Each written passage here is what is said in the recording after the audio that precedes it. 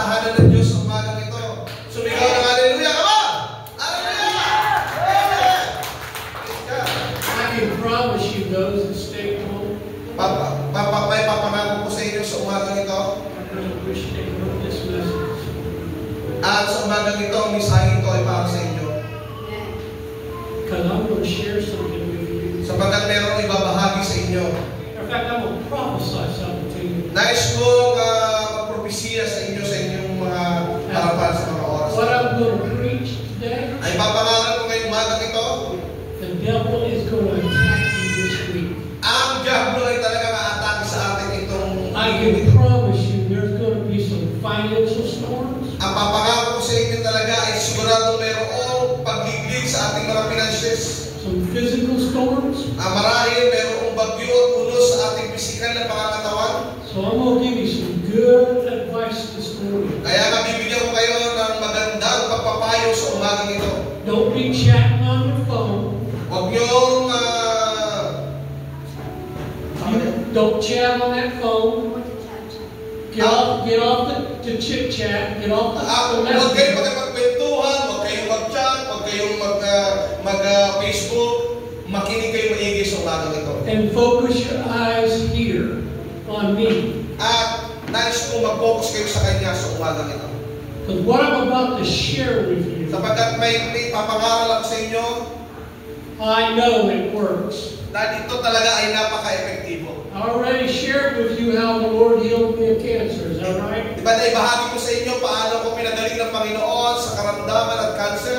I already shared with you how God gave me a miracle bladder. Is that right? At diba na-share ko na rin sa inyo kung paano ko pinagaling ng Panginoon sa aking bladder? See, Tama? I've been living for the Lord for over 47 years. Sapagkat naranasan ko ang Panginoon sa loob ng 47 taon. I have faced so many storms in my life Marami na akong hinarap ng mga pagsubok sa buhay that has taken churches down, na marami nang nakapagsarang mga iglesia has killed Christians, bilang mga Kristyano. has robbed people financially. Marami nang mga ninakawang mga tao sa pananalapi. So I'm pleading for you today. Kaya naniniglulo ko sa inyo sa umagang ito. Pay attention to what I'm going to teach today. Makinig kayong maigi sa aking ipangangaral sa umagang ito. Let me share something with you. Nais ko mangaral sa inyo at ibahagi ang mga bagay nito. God gave us faith. Ang Diyos nagbigay sa atin ng pananampalataya. Paul said, don't let any of these promises slip. Ang sabi nga ni Apostol Pablo, huwag niyong hayaang lumipas sa mga pangako nito.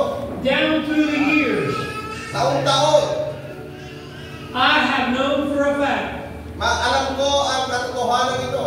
people wait till the storm hits. At naghihintay lang ang tao kung kailan dalantan ng mga pagsubok sa buhay. They're laying in a hospital dying of cancer. Yan, kagaya ng sinan ko kanina, marami na sa mga ospital na mamatay na ng mga cancer. And now they're crying out for a miracle. At ngayon ay naghihintay sila sa mga himala.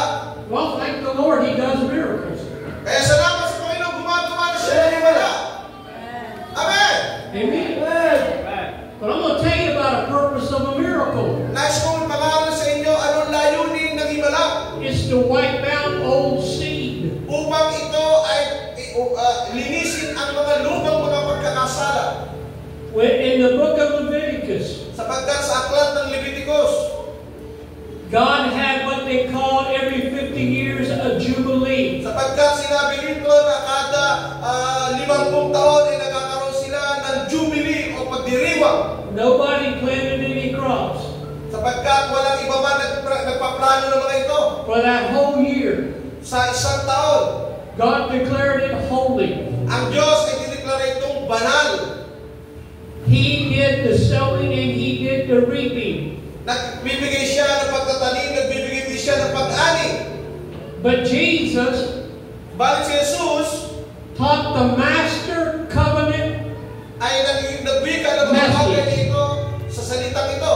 The sower soweth the word. Ang nagtatanim ay nagtatanim ng salita. Amen. We're trying to get God to do something Nais natin gumawa ang Panginoon He's already promised. sa mga ipinangako na niya. Now I'm going to share today. Nais ko ibahagi sa inyo sa umagang ito. I tried to do this the last time, Ay nais ko sana itong ipangalan ng nakaraan. but the Holy Ghost moved in a different direction. Sapagkat ang Diyos naman ay kumilos sa kanya, kaya iba ang pinangalan niya, dapat yung nakaraan to. So, I'm trusting the Lord today I can teach this Kaya class. nasabi niya, umaasa siya sa Panginoon, may bahagi niya na ito ngayong umagang ito. But He is the author of this ministry. Sapagkat siya ang author, ang may akda ng ministeryo nito. So if you have your Bibles, which you should, Sa inyong mga Biblia, I want you to go to Luke chapter 6. nais ko dumako kayo sa aklat ni Lucas, And we're going to be reading down verses 46 through 49. 46 to 49. Luke chapter 8, 6. 6, 46 to 49. I Yeah, you that wrote wrong, didn't 8. You I? wrote 8. Yeah. Okay. Thank the Lord. Lucas 6, kasi 8 nilagay ka rito. Okay? Luke chapter 6. Luke 8 is good, but let's go to It's 6. good. This is Jesus talking. Dito nagwiwika ang Panginoon. Why call ye me Lord, Lord, and do not the things which I say? Right. You want to keep reading? Yeah, right. Whosoever cometh to me, and heareth my sayings, and doeth them. No, he didn't say just hearing it, he said do it. Nasabi niya, gumawa ka, hindi lang makinig. I will show you to whom he's like. He's like a man which built an house and dig deep. Now notice, Dinig dito, nasabi dito, Jesus said, whosoever. nasabi niya, sino mang nagtatanim. Can you shut that fan off? It's messing up that noise. Okay, papatay na natin ito dahil hinahangin He siya. said, whosoever. So are you a whosoever? Ang sinasabi niya rito, kahit sino pa man o sino pa man. So it's not about a culture. Hindi ito patungkol sa kultura, It's about a covenant. ito ay patungkol sa ating covenant. I hear people all the time saying, well, we can't prosper in our country. Why not? Ang sabi daw ay hindi raw tayo asenso sa bansang ito. Bakit nga ba hindi? God didn't give the word for just one country. Hindi ba binigay ng Panginoon? Hindi niya ibinigay sa isang bansa lamang ang pagtatagumpay. That would make him respecter of persons. Kaya nga doon niya nirerespeto ang bawat tao. He's not a respecter of persons. Hindi siya nagwawalang respeto sa bawat tao. Matter of fact, Peter wrote in the book of Acts that he that feareth God Sabi nga rito ni Pedro sa aklat ng mga gawa, siyang may takot sa Diyos and work of righteousness at gumagawa ng katuwiran is accepted with him. ay talaga namang katanggap-tanggap sa Panginoon. You are being in a prison of your soul, Sa kaloob-looban ng iyong kaluluwa, which is your mind, will, and emotion. ang iyong pag-iisip, pagpapasya at emosyon, If you don't believe God can prosper you, hindi ka ba naniniwala na ang Diyos kaya kang panagumpayin? He prospered Isaac in a famine. Marami na siyang pinanagumpay maging si Isaac. God told him to go there. At sabi niya, sige, magpatuloy ka. Notice, God led Isaac into a famine. At doon nakita natin mga pagsubok na niya pinagdaanan sa buhay ng Isaac. The Bible said that he sowed in that famine Marami na siyang mga pinagdaanan. and received Subalit tumanggap siya 100-fold. ng maka-100 doble. Let me tell you something about sowing seeds financially. Ay nais ko mga sa inyo sa umagang ito sa pagtatanim ng pananalapi. They're not subject to your job. Meron ka marahil trabaho, They're not subject to your income. hindi naman niya patungkol sa iyong kinikita. They're subject to the kingdom of God. Ito'y patungkol sa kaharian ng ating Panginoon. And God wants us to understand Nais ng ating Diyos na nais niyang maunawaan natin ito. when are we going to do what He says. Kailan natin gagawin ano yung sinasabi niya? Kailan nga ba natin dapat gawin yun? Now watch this. Tingnan niyo ito. He said in verse 48, he's like a man which built a house. Ang sabi niya rito sa verse 48, ang katulad niya daw ay isang taong humukay ng malalim. So we're building a house. At nagtayo siya ng bahay ng pundasyong bato. How many know you can't build a house in a storm? Ang sabi dito, sino ang naniniwala ba kaya hindi mo kayang magtayo ng bahay sa bato? How you know you can't build a house when it's when it's going down the river or the flood? Oo, paano ka magtatanim na pagkabinahan na yan ng tumaas ang tubig? So you got to build the house first before the flood comes. Kaya dapat matatagin mo muna ang tahanan bago dumating ang baha. Amen. Amen?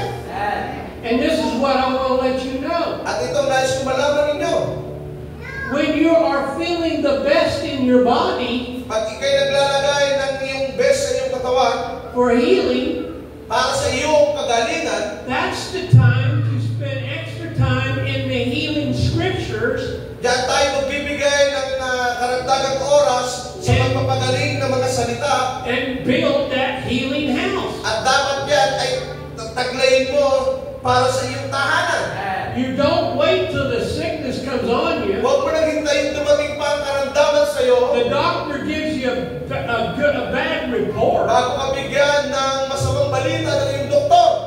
You have your house built. Dapat natayo mo na ang iyong tahanan. You see, that's how I received healing for cancer. Kaya nga dito ko natanggap yung kagalingan sa aking cancer. My house was built. Nung kanyang itinatag ang kanyang tahanan, And all I had to do was ang kanyang dapat nang gawin ay do what Jesus said. gawin lang ang sinasabi ni Jesus. He said, if you hear my sayings Sabi niya, kung marinig mo na ang aking sinasabi and do them, at gawin ito, I'll show you to whom you're like. papakita ko sa inyo paano mabago ang iyong buhay. You're like a man which built a At house. katulad mo ang isang taong nagtatag ng tahanan. Now notice, dig deep. Sabi dito, nagtatag. That's an effort. May effort ka, meron ka sarili mong gawa. I remember being a little boy Naalala pa niya yung siya'y maliit pa lang bata. in my grandmother's farm. Doon sa bukid ng kanyang mga lolo't lola, We didn't have a riding tractor. meron doon sila doong traktora. We had a shovel and a hoe. Marami sila doon mga kagamitan sa bukid. And the first thing we had to do Ang kanilang unang ginagawa was dig out all the rocks. ay lagi lang nilang inaayos yung mga bato. Tinatabi nila. That was work. Ay talagang gumagana yun. I mean, that was work. Sabi niya, gumagana yun. You know, we couldn't just go to the corn, to go down to the general store and get corn seed. At sa ganon ay mapangalagaan nila yung mga mais. Panahon ng tag. Throw it out there on the ground. Doon sa kanilang lupain. Go back home. Then uuwi na sila.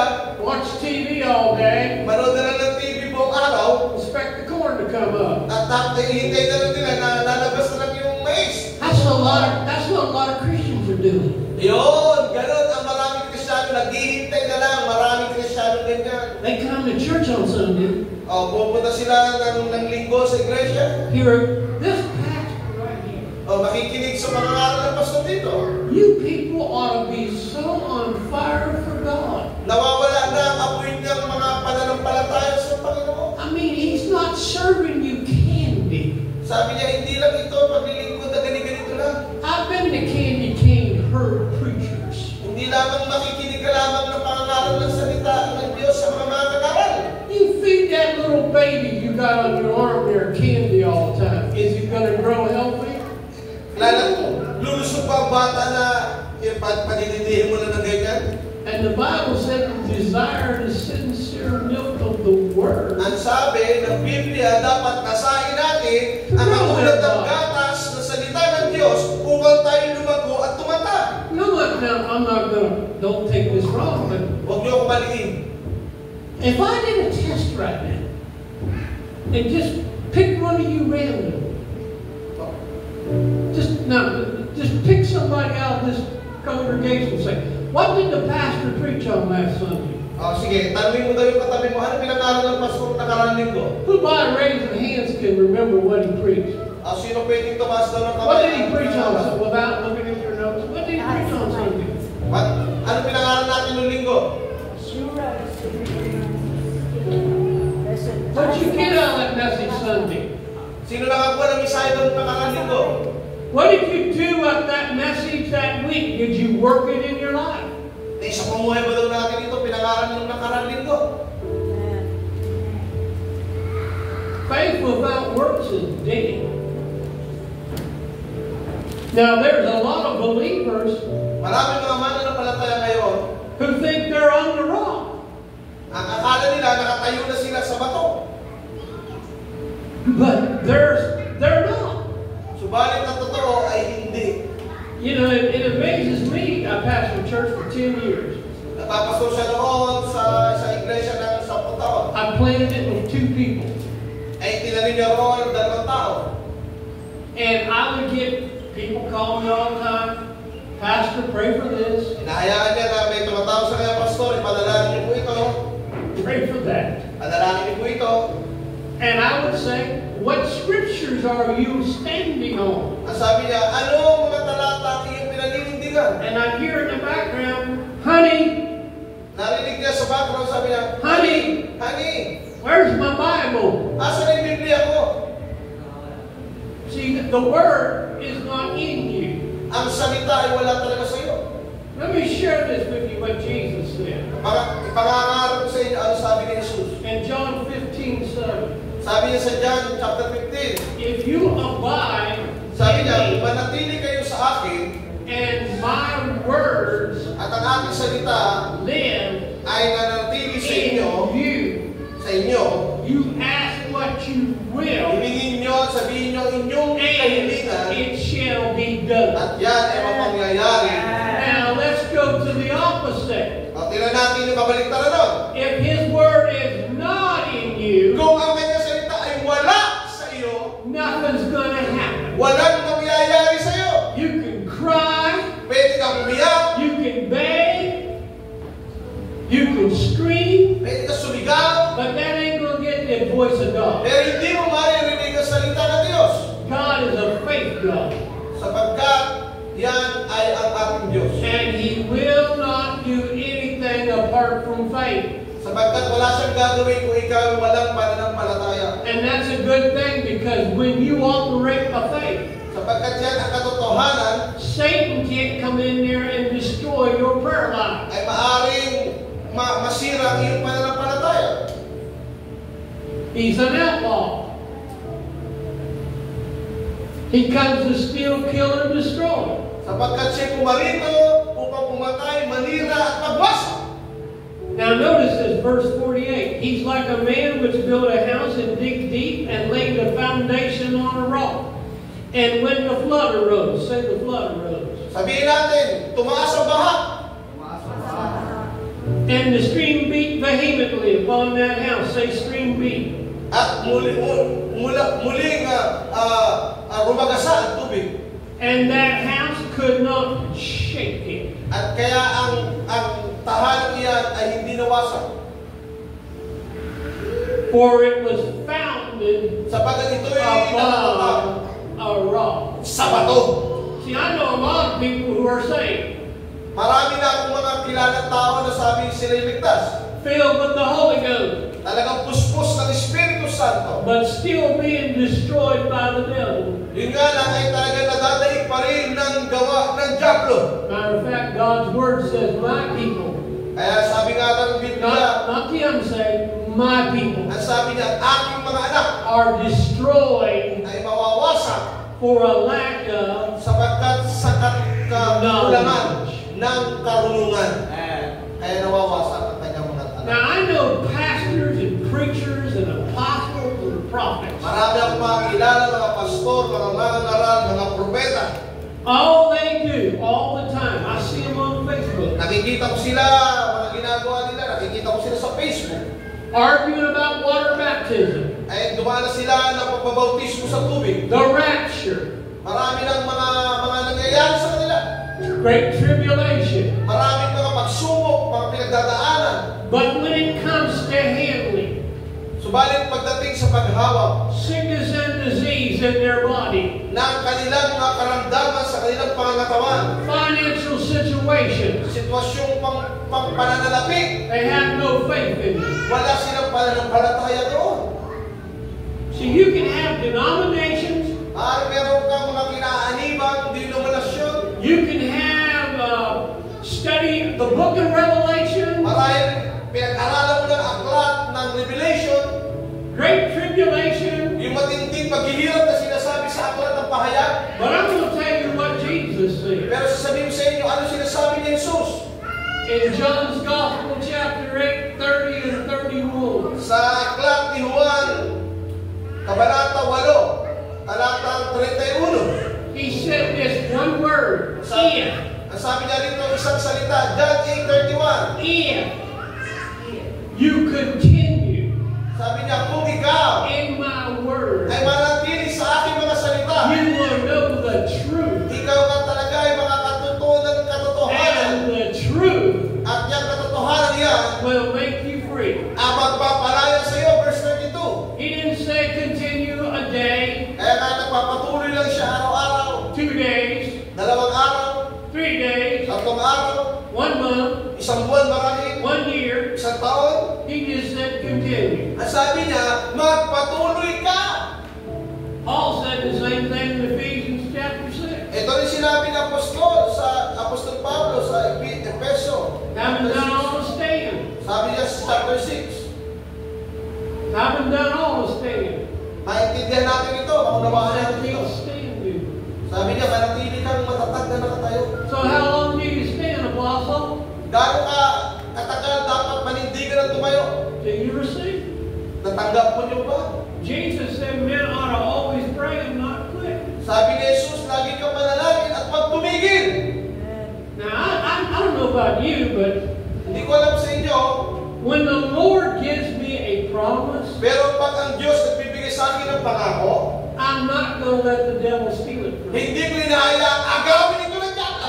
I'm not going to let tradition steal it from me. Ayaw ko na ito ay agawin ng mga tradisyon. I'm not going to let the opinions of other people Ayaw steal ko it itong from me. agawin ng opinyon ng ibang tao. I guess the Lord wants me to testify about this something. Alam pa naman ng Diyos ang magpapatotoo sa mga bagay nito. Me and my wife, we were believing God for our own debt-free home. Ang asawa ko at ako ay naniniwala sa ating Diyos na mayroong magkakaroon ako ng tahanan na sariling akin at walang magkakautang. And I was, go ahead and scream down here because the first thing I want to talk about, keys to victory. Well, you know what, I'm going to hold on that testimony because I want to get back to this. It's very Sige, babalik siya dito sa mga talata nito. So look at verse 49. But he that heareth and doeth not Ngunit ang nakikinig naman ng mga salita at hindi tumutupad ito is like a man that without a foundation ay tulad ng taong nagtayo ng bahay na walang pundasyon. built his house upon the earth, Nang bumaha, ito'y bumugso ang tubig. against which the streams did beat vehemently, Bumugso ito ng malakas at kagad ito bumagsak. and immediately it fell, At ito'y lubusan, nawasak. and the ruin of that house was At great. tunay itong nasira.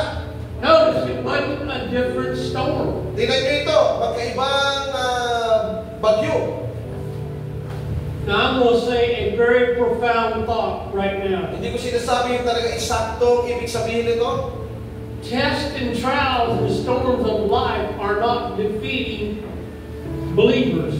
Dapat hindi tayo tinadaig ng mga bagyo ng buhay na ating nararanasan. It's your foundation. Ito'y iyong pundasyon. Dapat matatag ang iyong pundasyon. The ones Jesus said that heard and did the word Ang sabi nga ni Jesus, yung mga nakikinig lang pero hindi ginagawa ang mga salitang ito, couldn't shake that house. ay nako delikado.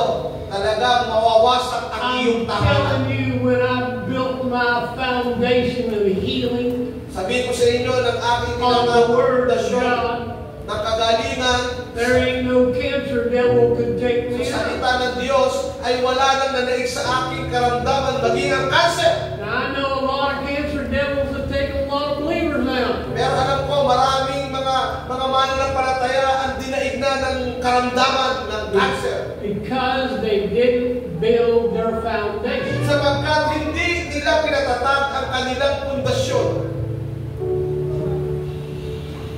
So, keys to victory. Ito yung mga susi Sulat mo, keys of Keys to victory. victory. Yan. Keys of victory. Pay attention. Oh. Sulat mo. Flash mo, gusto yung makita. Yan. Hindi, ano si Nicole?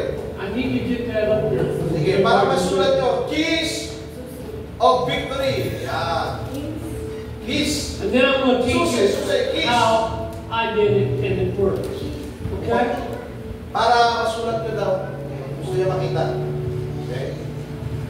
Keys to victory. Number one, okay, una, that's the keys of victory. Okay. All right. Keys to, all right. Go on down there more. Number one. They have it up there. Hindi kasi rated. Yeah. Do you have it? You have it there? Go ahead, go ahead. You don't have the outline on there that I gave you? It wasn't able. Puntay. Okay. Keys to victory. Number one. Pura kasi nakaradyo. Okay, number one, Put the Word of God ilagay natin ang salita ng Diyos, first place una at higit sa lahat, and final authority in your life. at final authority sa iyong buhay. Now I'll share a testimony with you. Okay, nais ko yung bahagi sa inyo ang patotoo ito. About, I think 6 or 7 months ago, Marahil ay 6 o 7 buwan na nakalipas, I was upstairs watching TV in our home, doon ako sa taas namin nanonood ng TV, and my wife came up and started yelling and screaming at me. dumating ang kanyang asawa at nagsimulang sumigaw sa kanya. Said, you need to get out of the house right now. Sabi niya, labas tayo dito sa bahay. So when I got out of the house, I noticed outside at my home, At nang lumabas sila, nakita nila sa kanilang labas, the electric box was on fire. ay may usok, umapoy. And the first, now listen real carefully what I'm going to say. Oh, makinig kayo, nais ko sabihin. Everybody out there watching that fire, Marami ng mga tao sa labas, nakikita na may apoy. but my spirit Subalit ang aking espiritu is moving in faith. ay gumagalaw ng may pananampalataya. Jesus said, out of the abundance of the heart, the mouth speaks. Ang sabi ng Panginoon, sa kasaganaan ng iyong puso, nagsasalita ang iyong bibig.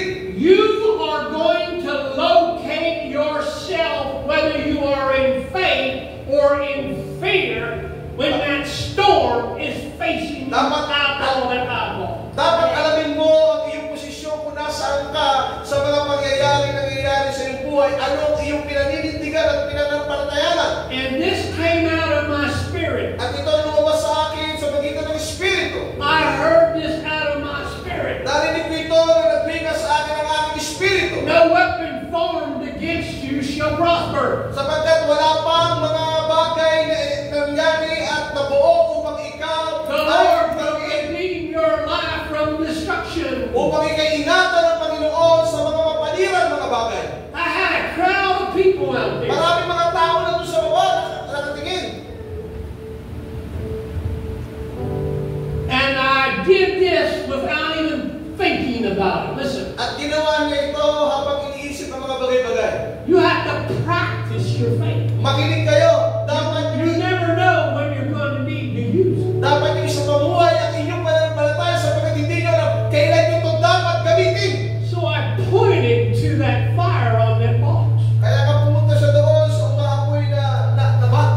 And I said, in the name of Jesus, Kaya sabi niya, sa pangalan ng Panginoong Jesus, no weapon formed against me will prosper. wala pang mga Our life is redeemed from destruction. And I didn't say it quietly. hindi niya sinabi ito ng tahimik.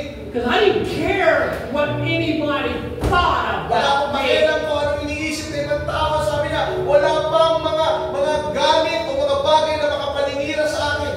About the 6th or 7th time, Kaya mga 6 o 7 beses, that fire blew out like a birthday candle.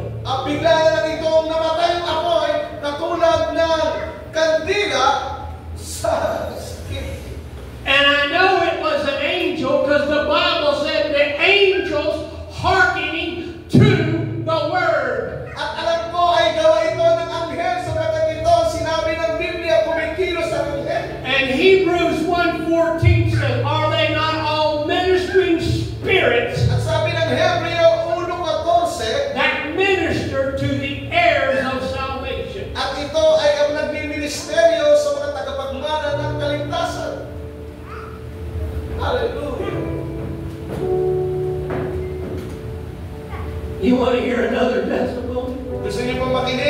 panibagong patotoo.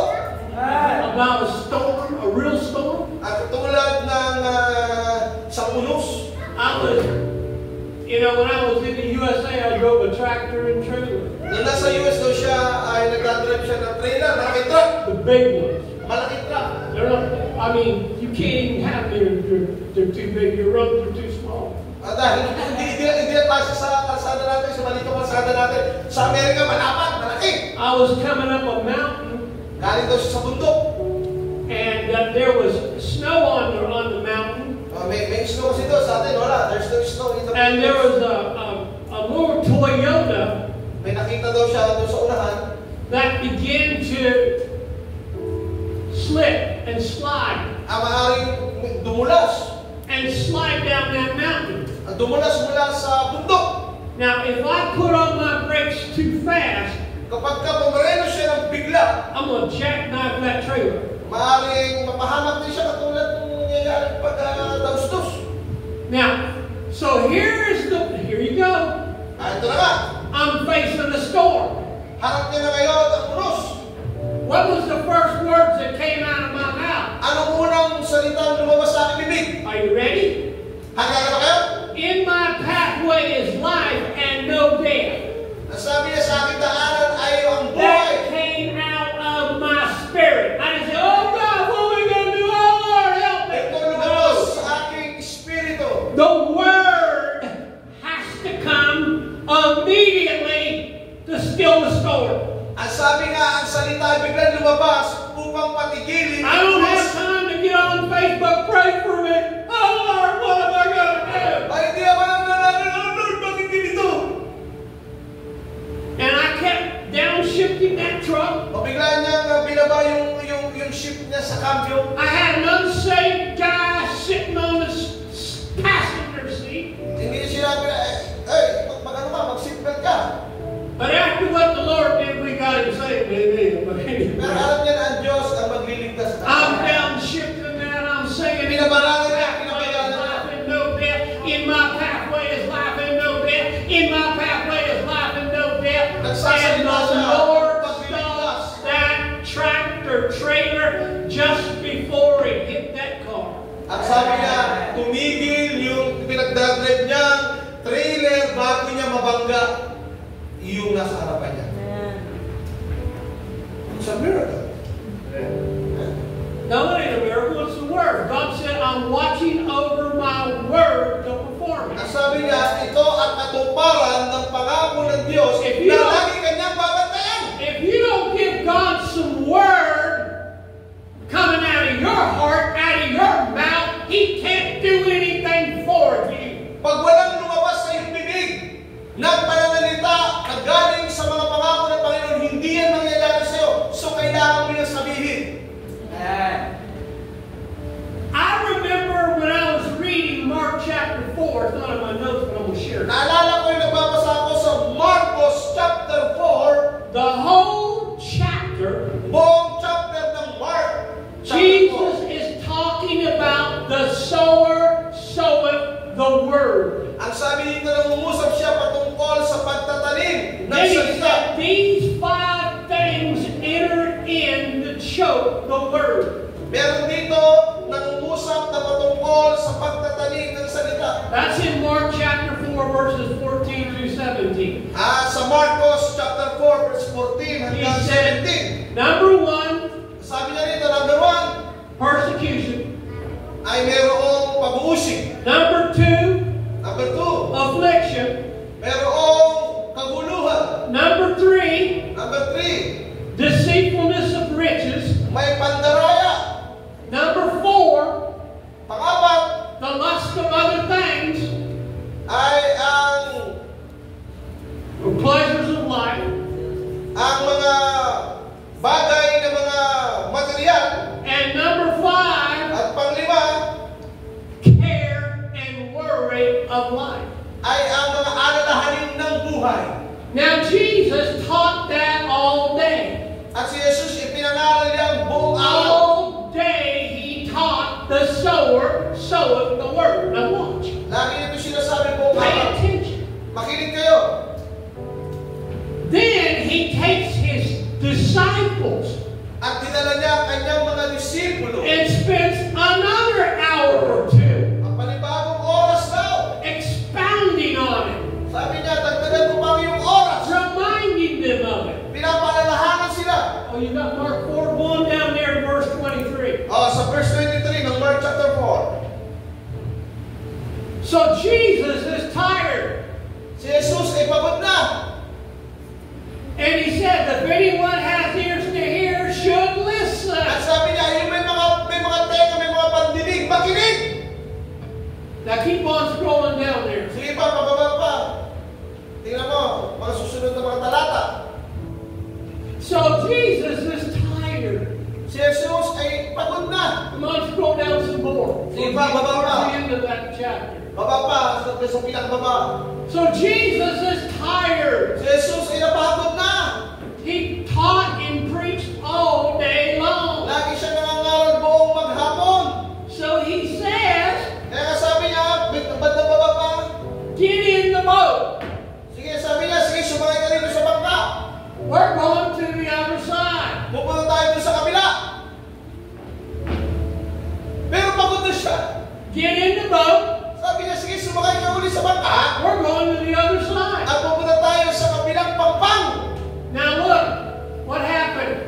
Tingnan niyo, ano nangyari? Verse 41. Sabi sa 41, And they were terrified at muli silang naginalas and asked one another. at nagtanong sa isa't isa. No, you can go back up there. You're going too far. Masyado kang mabilis.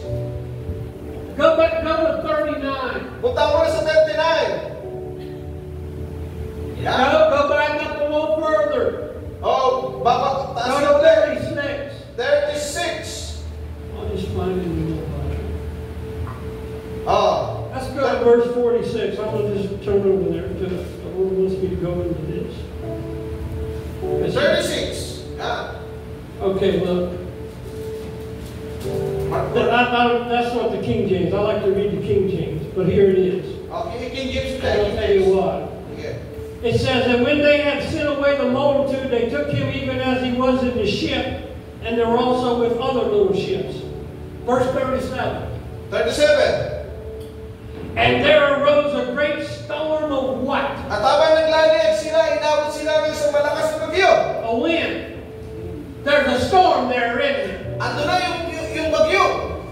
A great storm of wind on that sea, right? Matinding bagyo sa karagatan. Where's Jesus? Asa si Jesus? Where's Jesus? Ay si Jesus? He's asleep. Ay siya'y natutulog. He's asleep. Natutulog. I'm going to share something prophetically you better never forget. Ito sasabihin ko sa inyo mga bagay nito, huwag niyong kalimutan. We have been making Jesus our storm stiller, and that's not his job. Hindi niya trabaho patigilin yung mga unos na yan. You don't call him to still the storm, you still the storm. Ikaw mismo ang magpatigil sa I unos na didn't yan. call Jesus to stop that truck. I used his name. Hindi niya tinawag si Jesus na patigilin yung truck na. He said, you have Ginamit niya yung pangalan ni Jesus na tumigil yun. anything in my name, I will do. Sabi niya, sa lahat ng hiningi sa pangalan mo, gagawin ko yan. You got a problem with the devil? We're asking God to get rid of it. You get rid of it. Meron kang problema sa Diablo, huwag mo na tawagin ng Diyos para You tulungan ka. lay hands Kaya on mo yan sa pangalan ni Jesus. You lay your hands on your body like I did when I had cancer. I said in the name of Jesus, I curse every cancerous cell in this body. Sabihin mo sa pangalan ni Jesus, This is ano the ba po temple of the Holy ang Ghost. kaya pagalingin? And I'll live and not die. I didn't cry out to God to heal me. He already did it 2,000 years ago. Ginawa niya na yan, 2,000 taon na nakalipas. Kaya gamitin mo na lang ang pangalan niya at magkakaroon niya ng katuparan at kapangyarihan. Hindi mo siya kailangan tawagin pa. Now I'm going to tell you something. Sabihin ko sa inyo mga bagay nito. I learned a lot out of this chapter when I was reading this. Marami akong natutunan, binabasa ko itong mga talatang ito. And listen to what Jesus did. Tingnan mo anong sinabi ni Jesus dito. Anong ginawa niya? Verse 39. Sabi sa 39, He arose bumangon siya and rebuked the wind at inutusan ng hangin. and said unto the sea, Ang sabi niya sa karagatan, Peace be still. sabi niya, manatili ka, tigil! But that wasn't the plan of God. Yan ang plano ng Diyos. He wasn't responsible for making that wind stop. Hindi niya na kailangan patigilin pa yan. Kaya mo na patigilin niyo. Look what Peter said in verse 38. Kaya tingnan mo, ano sinabi ni Pedro sa 38? He was in the hinder part of the ship, Andun siya sa bandang dulo ng asleep bangka. on a pillow. That's Jesus. And they awoke him. And what did Peter say? Ano nga sinabi ni Pedro doon nung ginising siya? Master, Sabi niya, Guro, thou carest hindi ka ba nag-aalala sa amin? that we perish? Baliwala na ba sa inyo? Pahamak kami. What did Jesus say about care? Ano sabi ni Jesus patungkol sa pagkalinga? Worry. Pag-aalala. He said to enter in and do what? Sabi niya, ito lang gawin niyo Choke the word. upang ligligin niyo ang buong mundo.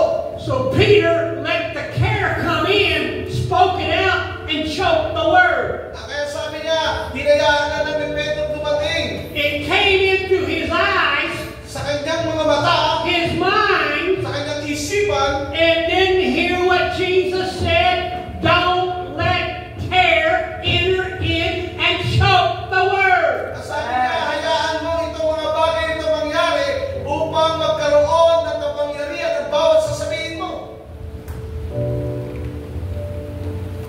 We've been asking Jesus to still the storms in our life, and He's not called to do that. Lagi na lang natin tinatawag si Jesus, Panginoon, tulungan mo po ako sa mga buhay nito, mga nangyayari sa akin. Jesus said in Matthew chapter 18, Sabi ni Jesus sa Matthew chapter 18, verse 18, verse 18 ng Matthew. whatever you Ang sabi niya, ano man ang iyong bind on earth tatalian dito sa mundo, bound in heaven. ay tatalian din sa kalangitan. Whatever you Ano pa man, loose on earth ang makakawalan mo dito sa is mundo, loosed in ay heaven. makakawalan sa kalangitan. Hallelujah! And we have been sitting At in tayo, a boat. Oh God, pray. Lord, I need a miracle. Lord, I need this. Lord, I need that. nakaupo tayo sa bangka na sabi, Panginoon, kailangan ko to, kailangan ko ganire, aba! When Hebrews 4:16 tells me, Sabi ng Hebreo 4:16, go to His throne with boldness, that you obtain His mercy. at sa ganon ay makuha And mo. 1 John 5:13 says this. This is the confidence that we have in Him. We ask anything according to His will. He do it. Gagawin niya mga bagay na yan kung meron tayong I pananampalataya. tell you what, Sasabihin ko sa inyo, I would go to churches, pupunta ako sa mga and the one who would fight me the most was the pastor of the church. Because he didn't want to get up on that level. He didn't want to be the faith man in that church. And when I preach what the Word says. ano ang aking papangaral, And papangaral I ko. live what the Word says. Ipinangangaral ko sila sa pamuhay ko. I have been in churches where pastors wouldn't let me pray for the sick. Tinatawag ako ng pastor sa mga church, paglalaki sa mga may sakit. Because he has to get up to that level of responsibility. Sapagkat ayaw niya ng mga responsibilidad na gano'n. My number one problem is trying to get pastors and leaders up on my level. Ang problema ko ay ang mga pagkumuha ng mga pastor na maging kalibre niya. Ladies and gentlemen, it's not bragging, it's not boasting, it is confidence, it's a covenant, it's an assurance, it's a fellowship I've had with God, His Word, His prayer for 46 years. Blessed be the Lamb of the living God. I know it works, I know it works, I know it works. Alam ko kung paano ito gumawa. I don't have time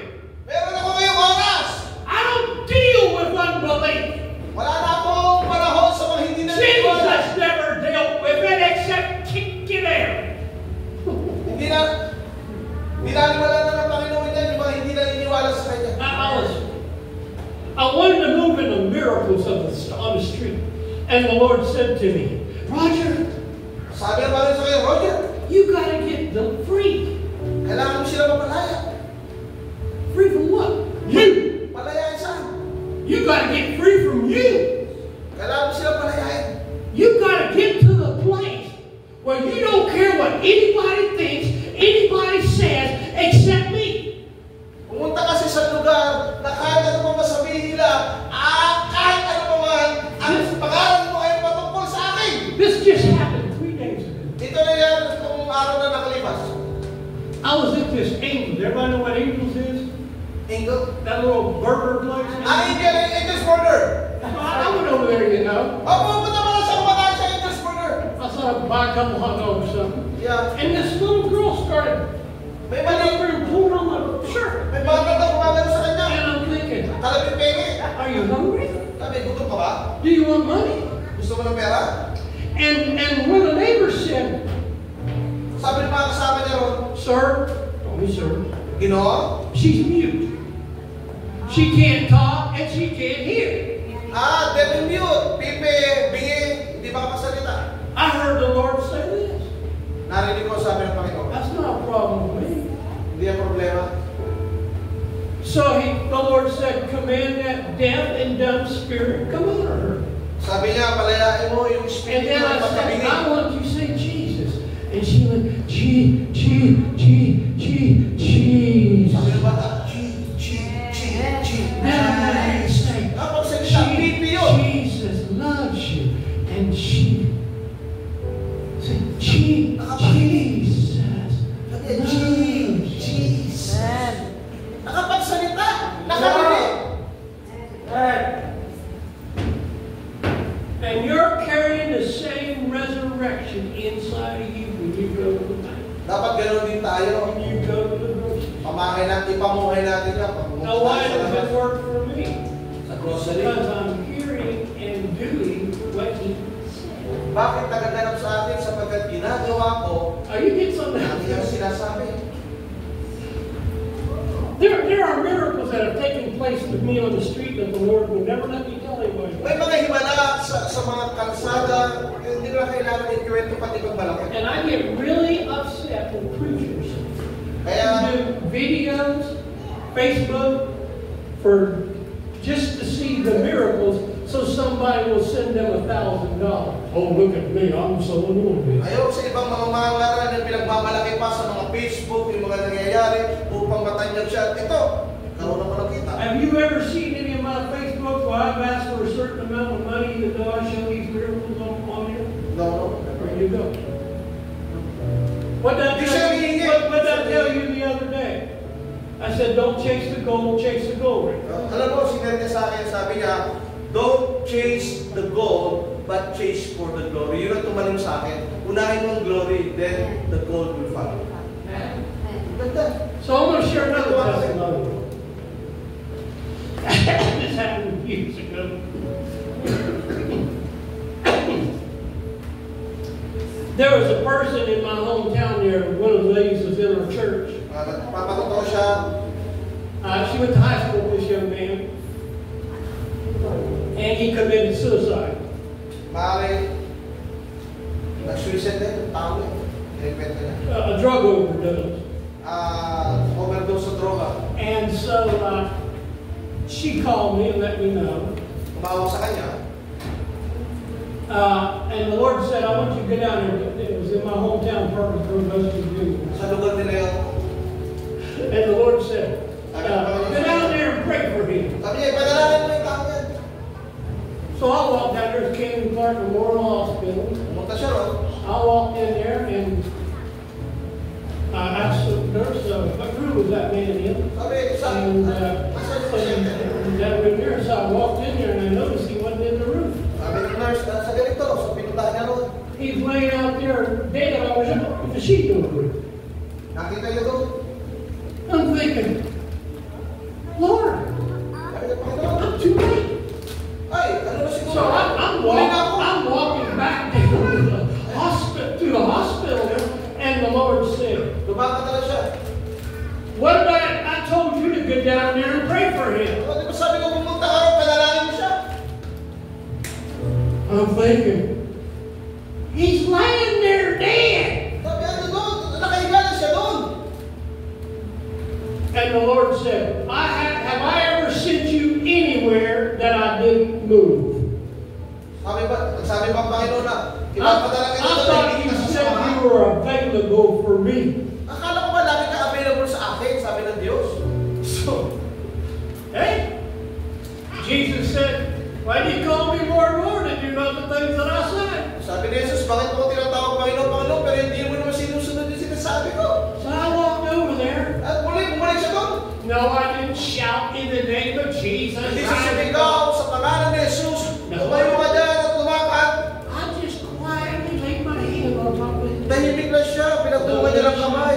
And this came out of my spirit. Say spirit. At ito yung lumabas sa kanya sa pagitan ng Espiritu Santo.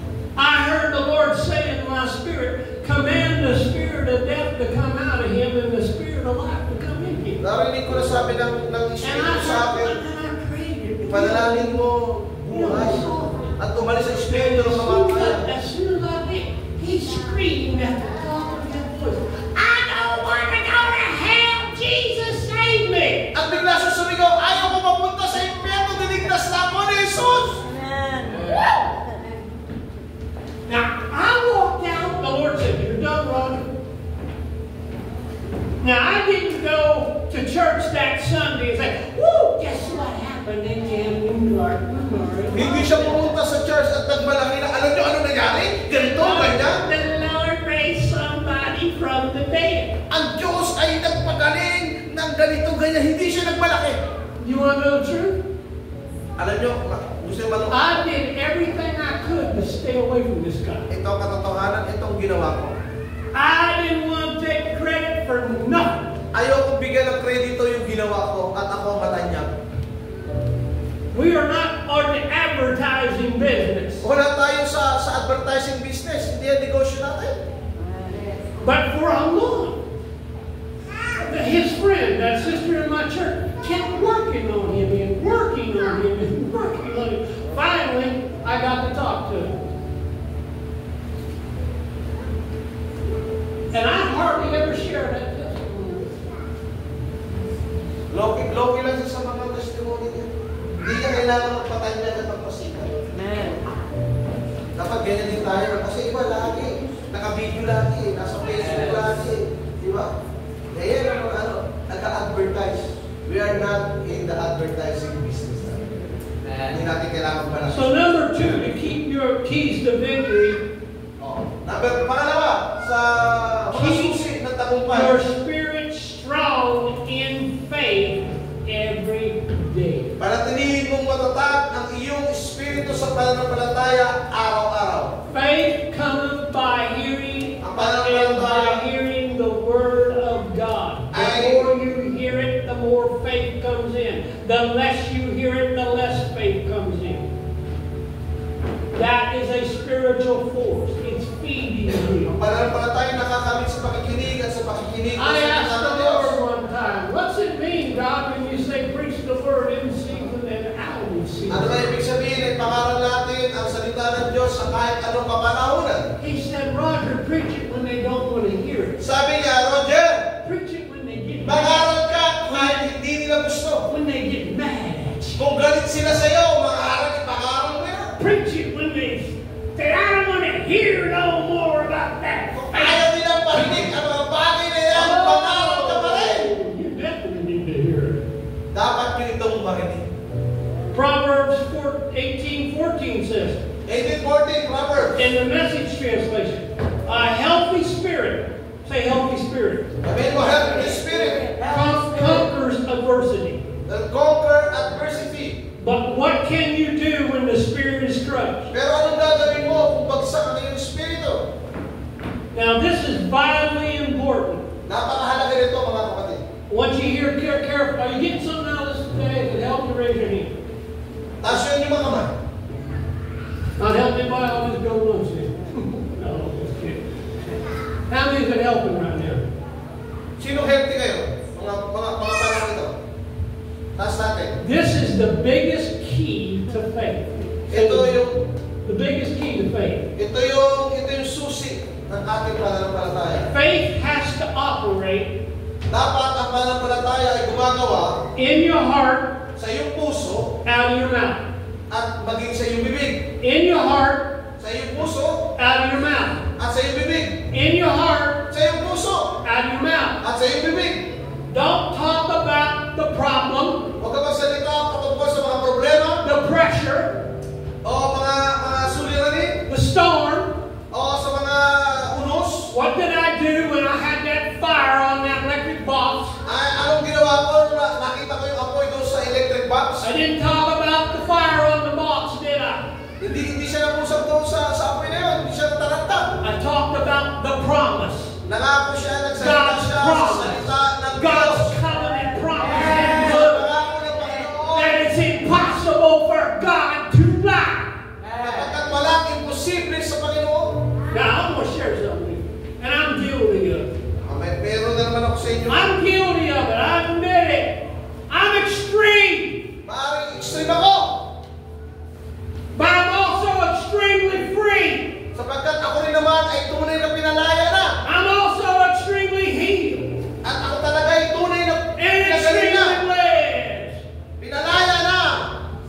So get extreme. Pinagpala na.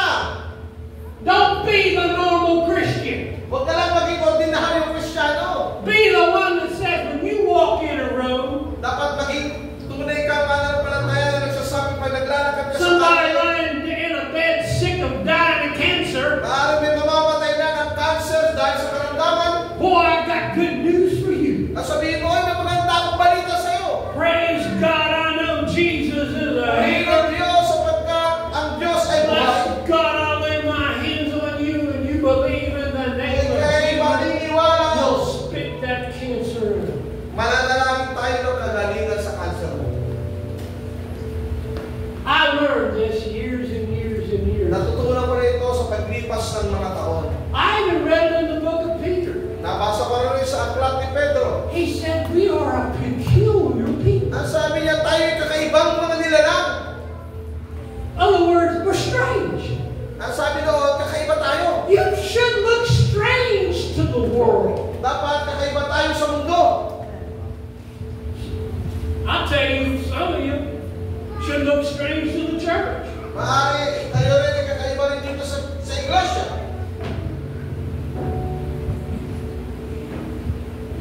So, you need to do this, number 3. Kaya kailangan mong gawin ang mga bagay nito. Pangatlo, Take authority over your thought life. magkaroon ka ng otoridad sa iyong buhay.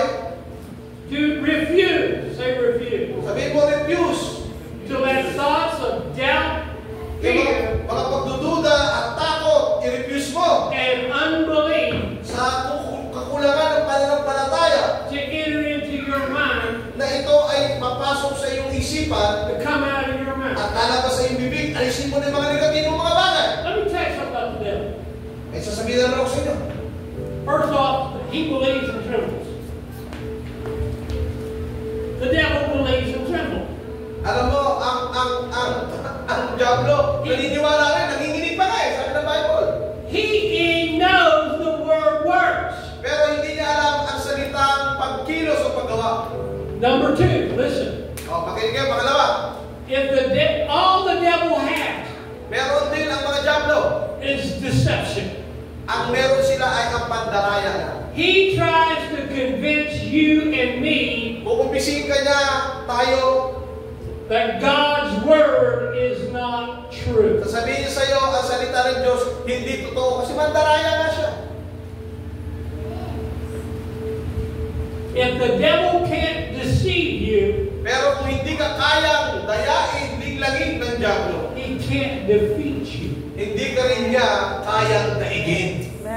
He has to have your authority.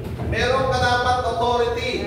Pag kinakuha niya sa iyo, pwede ka niya makontrol. Pero kung may otoridad ka, may paninindigan ka, matatag ka, hindi ka niya kayang gawin. Joshua 1:8 is your key to success. Ito ang ating susi sa tagumpay.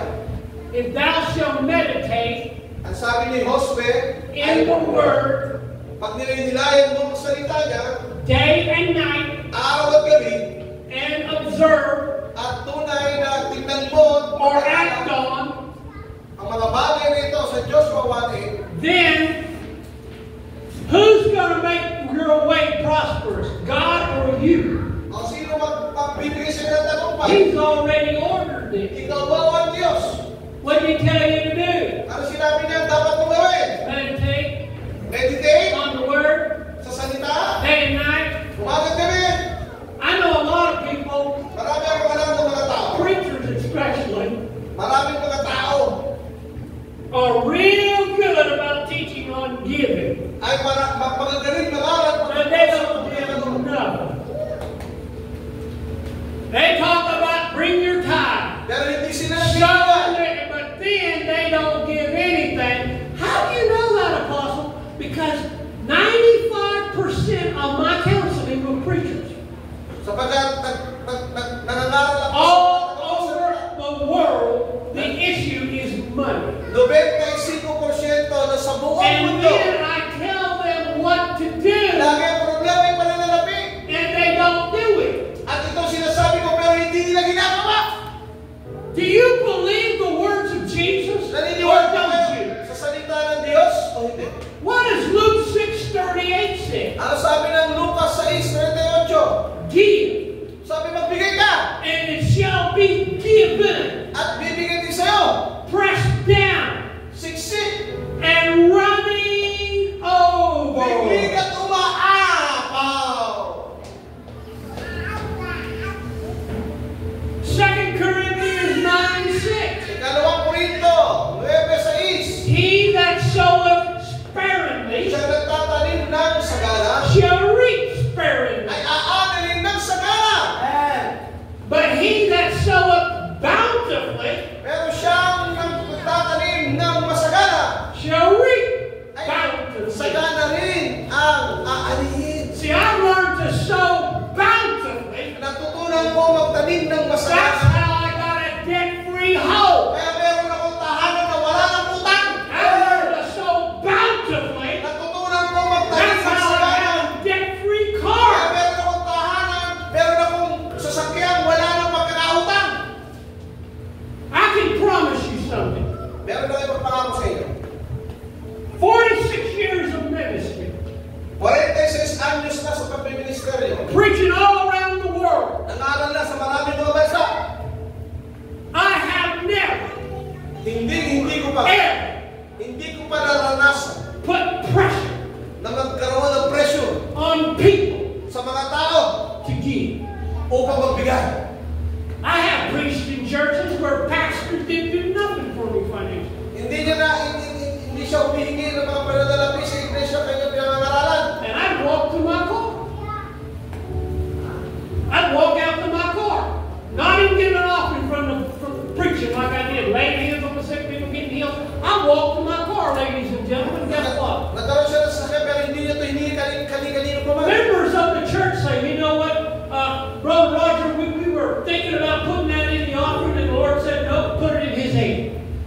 Sabi niya, ilalagay ko ba ito sa offering basket? God will pay me. Ang Diyos ang The magbabayad. workman's worthy of his iron. Ano ba ang ninanasa ng puso mo? Amen. Amen. Amen. Amen. Amen. Amen.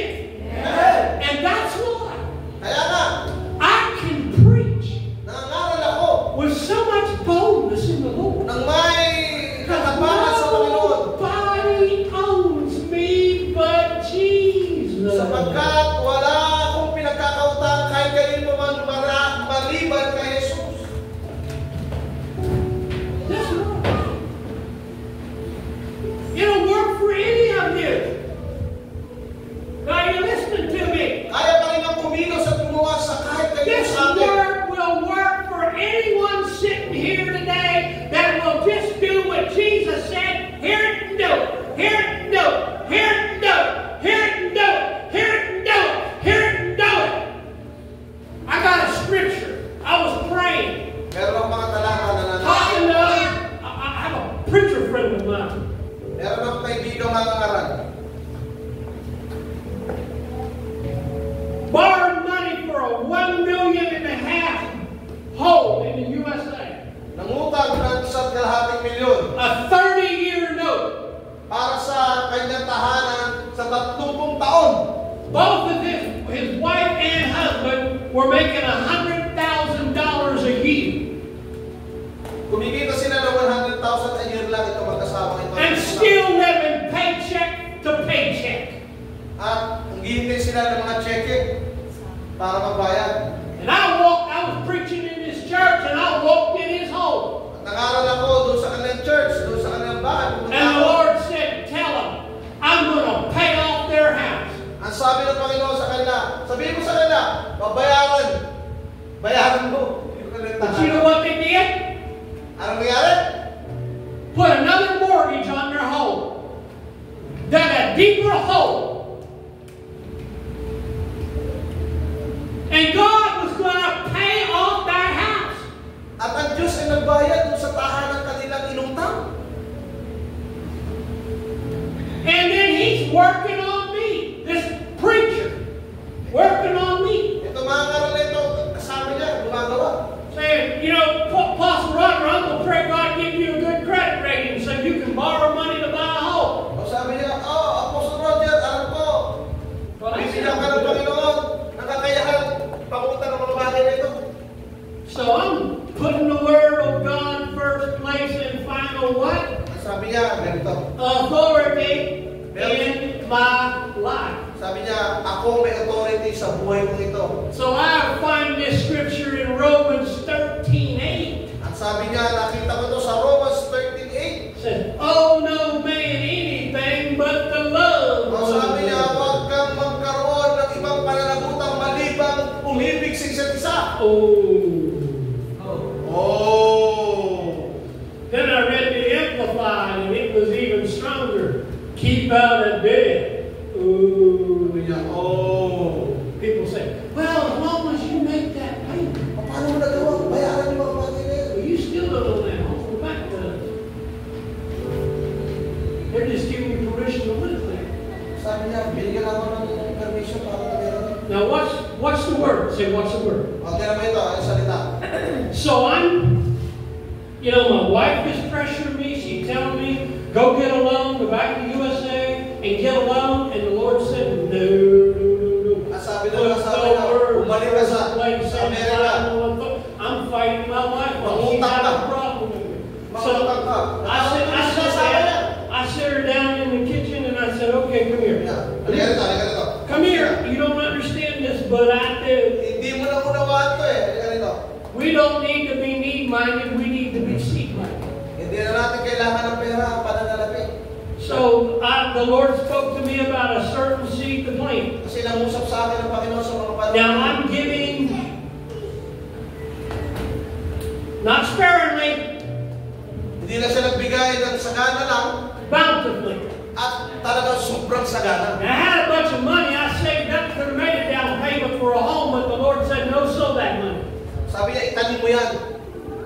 And then He gave me a scripture to stand on. Na nagbigay siya ng mga talata. The wealth of the sinner Nasabi niya, ang mga kayamanan ng mga makasalanan is laid up for me. ay ibibigay para sa akin. And I started confessing that. At talagang sinabi niya, mangyayari ito. Believing that. Sinampalatayanan niya yun. Watering that with praise. At kailangan na natin magpuri. Well, we planted that seed February 2020. No, I take back. We planted that seed July 2022. July 2022 daw. By January Noong January of 2024, we had the money cash to pay for a debt-free home. Ito January daw na ng 2024, binigyan siya ng cash ng Panginoon upang bayaran yung pagkakautang ng kanilang tahanan at kaya wala na silang utang. Wow! Hallelujah! Woo! The word works. Ang salita But you have to work the word. ay totoo. I had to fight. The Bible said, casting down imaginations and every high thing that exalteth itself against the knowledge of God, that devil would attack me. You're never going to get your home. You know that's not going to work. You just threw your money away. Why do you think God's going to bless you? I had to say, no. I cast those words down. The wealth of the sinner laid up in the chest. Thank God, my seed prayer. Thank God, the Lord, the hundredfold return. I believe I receive it. I believe I receive it. And I didn't quit. Yes, it took 2 years, but how long would it take if I borrowed that money to pay for it for 20 years? Di siya nasira ng loob, kinilin niya mga pangako ng Panginoon at nangyari yun. Nabayaran niya ang kanilang tahanan na maaari 20 years pa, pero nabayaran niya na kagad itong taong ito. Now listen. Kaya makinig kayo. Keep your tongue from speaking anything of doubt, fear, and unbelief. Kaya kailangan yung iyong mga dila, magdeklara kayo ng mga mabubuting mga bagay, hindi yung mga negatibo. I found this in Ecclesiastes chapter 5, verse 1 and 2. Nakita niya to sa Ecclesiastes chapter 5, verse 1 and 2. It says, keep your foot when thou goest to the house of God, and be ready to hear, Ecclesiastes in the Exodus. then to give the sacrifice of fools. For they consider not that they do evil. Now verse 2. Verse 2. Be not rash with your mouth. Mag-ingat kayo sa inyong mga bibig kung sinasabi natin. And let not thine heart be quick to utter anything before God. Huwag niyong hayaan ang inyong mga puso magsalita ng mga negatibong mga bagay patungkol sa Diyos.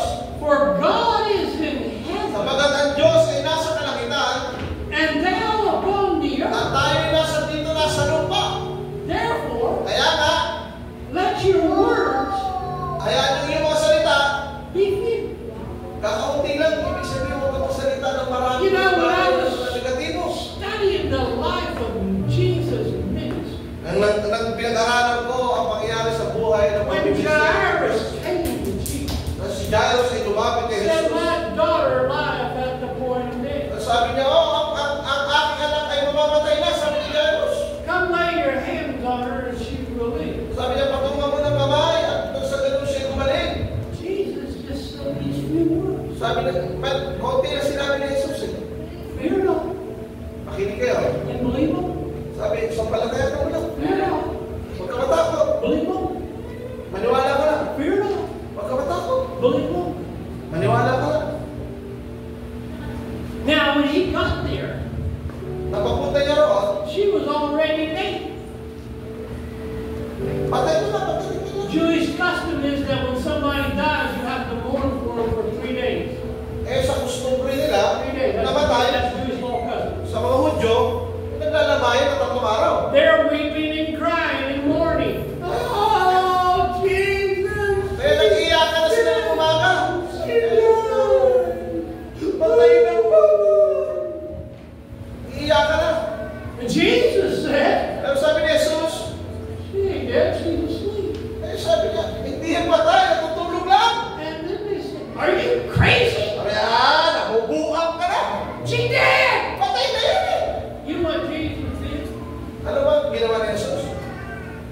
All right, Okay. you and you get out of this house. Ikaw sabi, sige, labas kayo sa... You're bombarding this house with unbelief.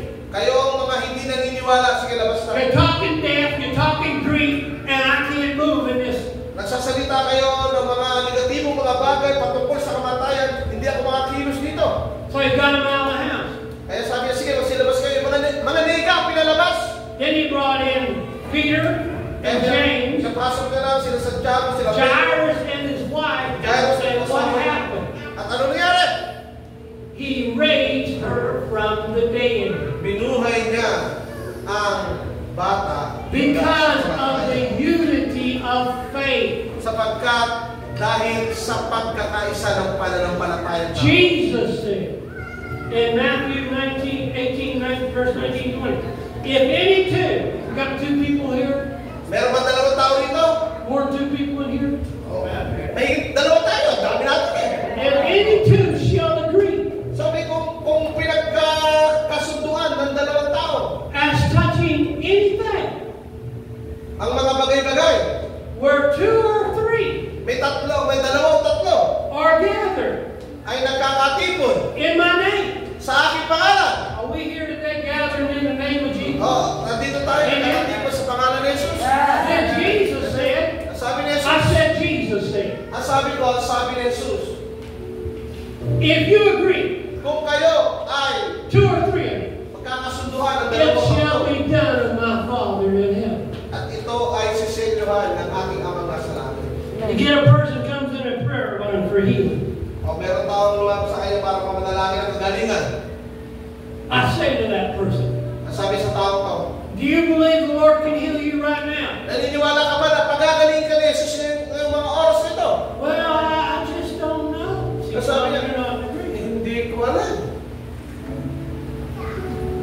You're not in agreement. Hindi ka I'm sumasang-ayon. agreeing with you. Hindi ka sumasang-ayon. Pero kung sumasang-ayon ako sa'yo, I'm standing in it, but I can't do your believing. subalit ikaw hindi ka naniniwala, hindi ang mangyayari sa'yo. I can agree with you, Pwede akong sumang-ayon sa'yo. but I can't believe for your healing. That's your part. Naniniwala akong gagaling ka, pero kung ikaw hindi ka naniniwala, hindi ka gagaling. The 2 blind men came to Jesus. Yung dalawang bulag, lumapit kay Jesus. Matthew chapter 9, verses 34 through Sa 36. Mateo 9, 34, 36. Said, Lord, Sabi niya, Panginoon, have mercy on me. mahabag ka sa akin. And the Lord said, what do you want me to do? Sabi niya, Jesus, ano gusto mong gawin ko sa'yo? Now Jesus already knew they were blind. Pero alam naman ni Jesus na mga bulag yung mga yun eh. But he asked them a question. Pero tinanong pa rin niya, ano ang nais kong gawin sa'yo? What do you want me? Ano ang gusto mong gawin ko para sa'yo? They said, that we might receive our sight. Sabi niya, at nang sa ganun ay makakita kami. So Jesus asked another question. Tanong na naman si Jesus sa panibagong katanungan. Do you believe Ang sabi niya, naniniwala ka ba I'm able to do it? na kaya kong gawin ito? Where was the responsibility? On Jesus or on the 2 blind men? Asa na responsibilidad doon? Na kay Jesus ba o nasa bulag? The 2 blind men. Siyempre, nasa dalawang bulag. Jesus already would do his part, but guess what? He can't do his part if you don't do your part. Ginawa niya na yung parte niya, You pero can hindi niya fast, magagawa you yung can parte cry, you mo. can beg, you Kailangan can mong scream, gawin ang parte mo but upang until tutunan ang he has pagkakataon mo. your faith in his word coming out of your mouth, he has nothing to work with. Kaya kailangan sampalatayanan mo yan lumabas sa iyong bibig na ikay naniniwala upang makakilo siya ng malaya para sa iyo. And you don't wait till the storm comes, ladies and gentlemen. Huwag mo lang hintayin pag dumating ang mga unos ng buhay mo. Build your foundation today. Itatag mo na ang iyong pundasyon ngayon na. Now thank God for miracles. Salamat sa Diyos sa mga himala. I believe in miracles. Naniniwala ako sa mga himala. I've seen miracles. Nakakita ako ng mga himala. But the Bible says the just shall live by miracles, said the just shall live by faith. Subalit, huwag kang mamuhay sa mga himala, mamuhay ka sa pananampalataya. Jesus talked about something the word. Si Jesus ay nangungusap sa panggitan ng kasalita. Lazy Christians don't get results. Ang problema sa mga tamad na mga Kristiyano, hindi nakikita ang mga resulta. Paul said to Timothy, fight the good fight of faith. Sabi ni Paul kay Timoteo, ipaglaban mo ang iyong pananampalataya na mabuting pananampalataya. I can promise you something Maaari ako mangako sa inyo ng mga bagay that I've learned personally. at maaari ito ay personal. When I made the decision, Nang gumagawa ako ng mga desisyon, physically, financially, or emotionally, or any area of my life, financially man yan, spiritual, body, financially, or socially, emotionally man yan, when I made the decision gumagawa ko ng desisyon. that I'm putting the word first place and final authority in my life, that's the way it's going to be. Gumagawa ko ng mga bagay patungkol sa aking buhay. I'm not going to Hindi ko compromise. I'm not going to change. I'm going to put the word first place and final authority in my life. Lagi ko nilalagay ang salita ng Diyos bilang mga final authority sa buhay ko. Now, one thing being an apostle and trained a lot of preachers for the last 46 Bilang years, isang apostol at one of the things that I do my best to help them is learn how to rest in the area of finances. mga tinulungan That's sa why mga he tao. died. That's why your friend died, because he didn't know how to rest in the area of finances. Hindi siya nakapagpahinga He let the sa care area enter in. ng pananalapi. Kaya namatay. Ng problema yung kaibigan namin pastor. Kaya namatay. I want to tell you something about Kasi God. alam niyo, na-share ko yun yung Merkules. And I pray this, and every time I do, I know I'm getting myself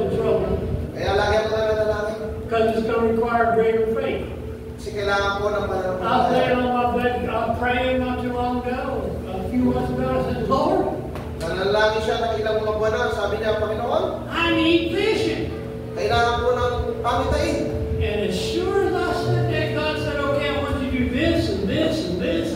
Sabi ng Diyos, gawin mo ito, Wait a minute, Lord. I said I need vision, not provision. Ang sabi niya, I need provision to do the vision.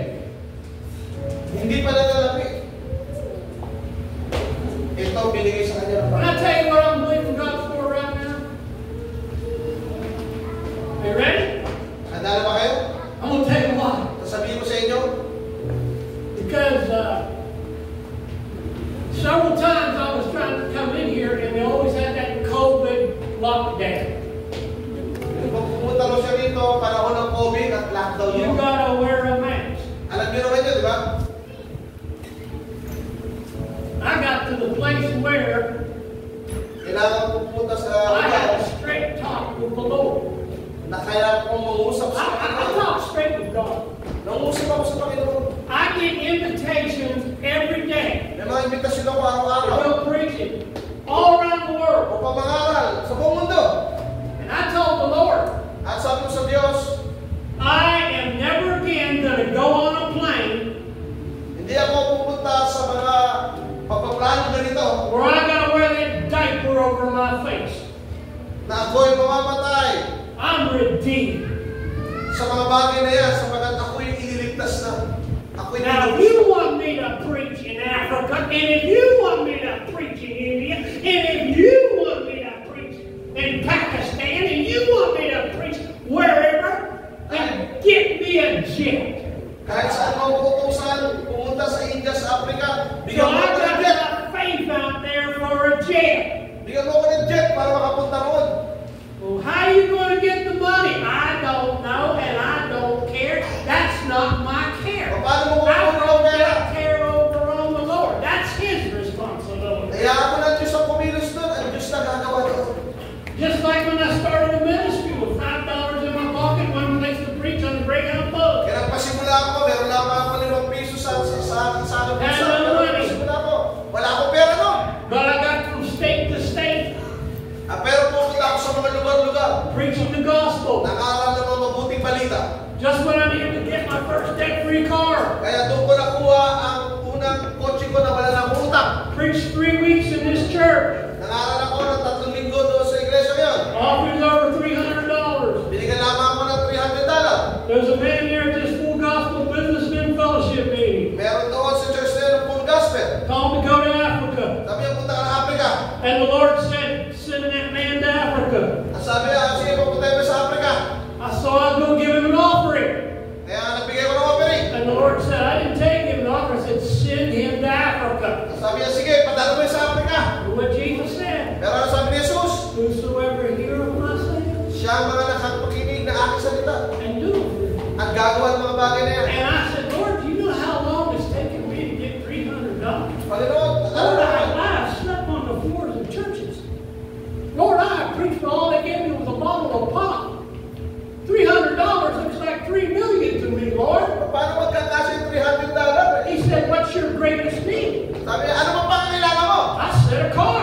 Sabi niya, kailangan mo na sasakyan. He said, well, don't you believe my word? Sabi niya, hindi ka ba naniniwala sa salita ko? Uh-oh. Sabi niya, oo. Didn't I say if you sow bountifully, you reap bountifully? Di ba sabi, pagka ikaw ay nagtanim ng masagana, aali ka rin sa sagana. And I remember when they brought that offering bucket up here, Sabi niya, ilagay yung offering. my heart went in that bucket. Andun yung puso ko, yung $300 na Now, meron siya. I'm going to tell on myself right now. No, I didn't go up dancing and shouting, hallelujah, Sabi niya, thank hindi you, ko Jesus, sasayaw. for my new car. Hallelujah, para sa bagong sasakyan. I went in the bathroom and I shouted, God, what are you doing here? Lord, Panginoon, Don't you notice all the money I got? ito naman ang meron ko, $300. And he laughed and he said, I just took care of your car, boy. Oo, huwag ka mag-alala, meron ako inilaan sa sakyan. So the church I was preaching in, they drove me all the way back up to the church I was working in the fellowship there. The Wednesday night service, a couple came up to me and said, Brother Roger, I need to talk to you. Sabi niya, Brother Roger, liga, Can we go out and have a little dinner? I said, So when we got down to dinner, Kumain sila ng gabihan. they said, you know, me and my wife were going to be down to the dealership and buy a car for her. And as we were driving down, the Lord spoke to my wife and said, you know what? I think we're supposed to buy Brother Roger a car. I think we're supposed to buy Brother Roger a car. Bibili natin ang kotse si Brother Roger. I said, well, what time was that? They said that was about, I don't know, maybe 10:30, 11 o'clock. And that was the very same time. Yun yung oras na yun. That God told me to put that $300 and send that boy out. Now that $300 wouldn't have got me a good car. Tinanin niya yung $300 pero naging kapalit. That car was worth thousands and thousands of dollars. Nagbigay sa kanila Hallelujah. ng sasakyan na mahigit libo-libo dolyares ang halaga. O di ba? Nagtanin lang siya ng $300. Ba? Nagtatestimony nito. You need to pray for my wife because she really has trouble. Nanalangin din natin kay asawa kasi may problema ng asawa niya. She's like an octopus sometimes. Parang daw siya octopus kuminsan. Got 8 hands, one this, one that. Marami naman yung octopus. Well, 8 hands. So nasipan, dami ginagawa. Every time she says, honey, I know she wants money. Ang pag sinabi sa kanya ng honey, alam niya kailangan nito ng pera. I was having this conversation with the Lord. I said, Lord, I wish she wouldn't call me honey because I know she wants money. Sabi niya, Panginoon, pag kailangan mo nito honey, alam mo, kailangan nito ng pera. But God is funny. God is funny. Di ba? Masaya ang Diyos. We get money she's already got it spent before I can even get it to her. Di ba? It's already planned for that. We're going to do this, we're going to do that. Alam niya na. So the Lord's funny. Di ba? Masaya sa Diyos. Masaya ang Diyos. He just said, give it to her. Oh, Bigyan mo lang. all right, God. Okay. Now we're going to talk. Ngayon, gusto na tayo.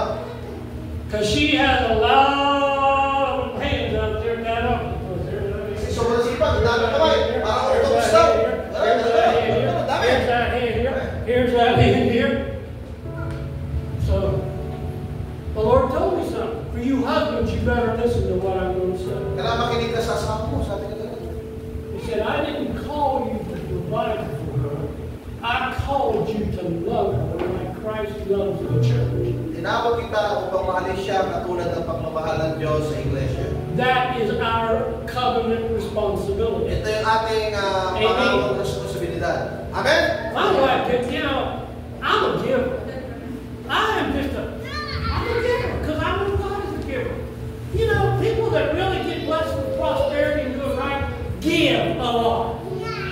They don't harp about it. They don't be plain about it. But we'll go to the mall, and I know my wife. She say, "Honey, buy me a bag. Pagpunta sila ng mall, sabi, honey, bili mo ko nito. Buy me a pair of shoes. Buy me a bag." And I know for a shoes, I'm going to end up buying 5 dresses, 2 bags, and 4 dresses before we get out. Diba? And I don't mind doing that because I have this with my wife. I said like this, well, when God puts that in my hands, Sabi, pag nilagay na ng Diyos sa aming kamay, I'll put it in your hand. ibilalagay, ibibigay ko rin sa inyong mga So kamay. I just told the Lord, I get in his hands. And I said, okay, God, she wants this, and this. Ang sabi na ito, gusto niya. So you know what I'm going to do, Lord? Kaya dito naman tayo, sa Panginoon. I got to find some more seed to sow. I got to get some more seed out there. Sabi niya, magtatanim pa tayo marami. Amen. Tanim. And I tell you, this works, and it will work for any of you. Maaaring ito ay maging mangyari din sa inyo. God can increase your level of income 3-10 times more if you get and start believing it. Maaaring pasaganayin tayo. God has means and ways to give you favor that you're not even aware of. Para sa Panginoon. I had a preacher friend of mine. I'll never forget this. It's a funny story. A preacher friend of mine. He heard my testimony about the car. Narinig din He testimony said he sa was believing God for a debt-free car. Wala na pagkakautang, bayad na lang. He said that. He testified. He said that he was praying. And he said, Lord, I'd like to have a Mercedes, something really nice. Sabi niya, Lord, gusto magkaroon ng Mercedes na maganda. So he's praying, Laging tanong natin. and the Lord said, there's an auction in your city right now, a police auction. Sabi, may auction daw sa syudad nyo. He said, you go down there right now. Magpunta ka ron. It wasn't advertised in a newspaper or nothing. He walked in there. Sure enough, there's a police auction. Pumunta siya doon sa auction. Drug dealers and all these different kind of cars repossessed. And they're selling them. At meron mga pusil doon, may Mercedes. So he goes in there. Pumunta siya doon. And there ain't nobody in there except the auctioneer and another person.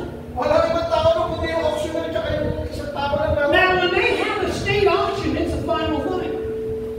So he went in there, and the auctioneer had that big Mercedes, a big old drug dealer pimp, got arrested, and they were going to sell it.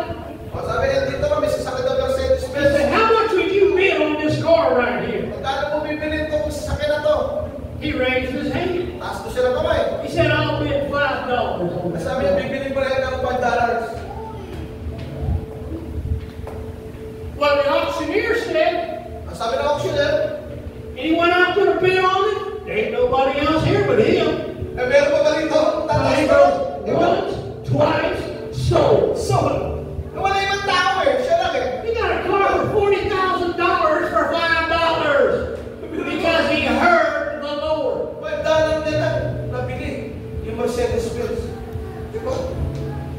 And God has means and ways of blessing us. Marami mga pamamaraan ng Diyos para pagpalain tayo. You're not even aware of. Hindi lang natin minsan nararamdaman. But remember, He said, whosoever hears my Pero sabi ng Panginoon, siyang nakikinig ng aking mga salita speech. at gumagawa nito. Let's all stand. Amen. Did you get something? Sumata